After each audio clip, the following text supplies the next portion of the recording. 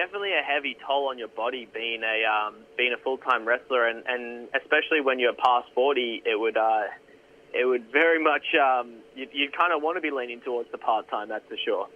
Yeah, because like you said, when you hit the mat, it's not just a soft landing. Not at all. It does hurt sometimes. Yeah. What does it feel like when say once you hit the mat? Like what kind of sensations do you feel?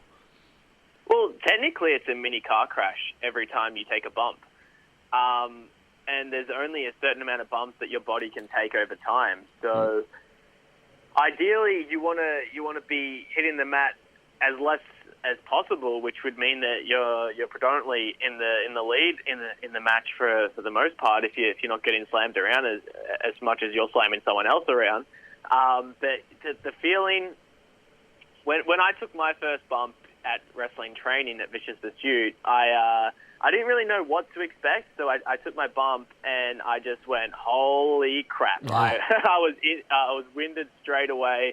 It knocked the crap out of me, and over time your body does get more used to it, and you I guess like you get a pain tolerance towards it. Yeah. Same as hitting the ropes. Like most people wouldn't realize that I hit the ropes for the first. I think it was a Tuesday and a Wednesday. We learned how to hit the ropes, and my back on that Thursday, I came to school and it was just all purple. Like I couldn't even sit down in the chair properly. I couldn't lean back. It hurt that much. Oh, wow. It makes me wonder, like, how wrestlers can go for so long with their matches sometimes. I guess that's a real testament to, like you said, the athleticism, especially of the wrestlers today, to be able to withstand that pain. Absolutely. And that's why you need to keep yourself in such good shape as well. Yeah, so it's not just strength, it's actual cardio. Yeah. Strength, cardio, conditioning, in-ring drills. There's nothing you can really train to be in a wrestling match. Like, you can go run 5K and get blown up in the first 2 minutes of a wrestling match.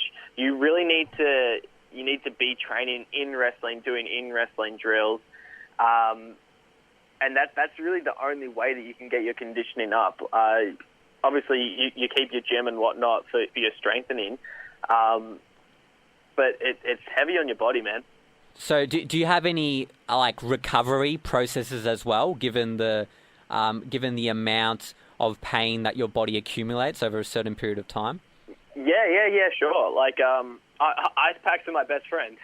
Yeah. I do a lot of stretching. I actually do a form of yoga. It's called DDP yoga. It's actually made by Diamond Dallas Page, who's a former wrestler, who was actually in WrestleMania 32 just recently in the Battle Royal.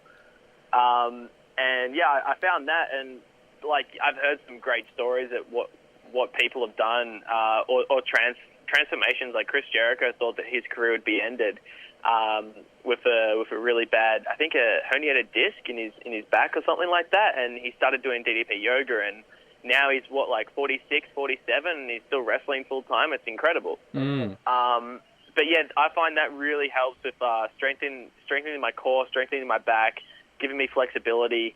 But yeah, recovery is definitely a big thing, and you do need to get like your sleep in. Like you need to get that 8 to 7 hours, and maybe even 9 hours if you're lucky on a weekend. Yeah.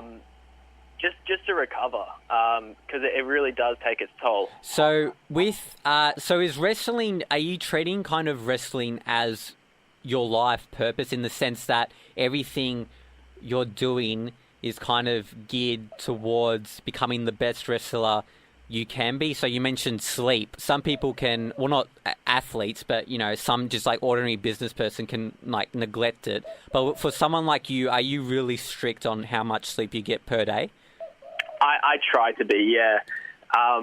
Especially with the amount of training that you're doing, you need it just to even keep on going. Like if I get 5 to 6 hours sleep, I go to work the next day and then I'm training as well and I'm hitting the gym. I find myself so fatigued if I've got 2 hours less than the previous night or what I'm used to. I find that my gym workout might not be as ideal as where I want it to be. I'm not pushing the higher weights that I want to hit. I feel flat. Just little things like that. So how many hours would your typical training session go for? I would say I'm in the gym for about an hour and 15. That's my weights done, and then cardio on the side. I might wake up in the morning for 2 to 3 times a week and just run a couple of Ks just to keep my cardio up. Then at Vicious Pursuit, when I go down to train in wrestling, that starts at 5:30, and that's a group class, and that might end at 8:30, 9 o'clock. So you've got an hour to an hour and a half of just conditioning there. So like we'll do like weight training circuits, we'll do a lot of cardio as well, so that we're all in shape and we can all still go. And then you might have an hour and a half to 2 hours of actual in-ring wrestling drills. And then sometimes we might even do might even extend it if like Carlo's a really cool guy. Like if he's happy with how everything's going, maybe sometimes we even stay there till 12 o'clock at night. It's crazy. Oh, it's that level of dedication. So not necessarily going by the training schedule, even going off it. Yeah. That's his full-time job. He's a wrestling trainer, so he lives for it. We all live for it. Like wrestling is like a religion to me. Like everything I do in life is geared toward wrestling in some way. I watch a ridiculous amount of wrestling per week. I am constantly listening to wrestling podcasts. I've got books of wrestling. I write my own wrestling notes, so I take notes after a match. That's awesome. If I listen to something from a podcast and I think that's really interesting, I'll write that down. So I study wrestling as as like a course, and then I study it in a way of training towards it as well.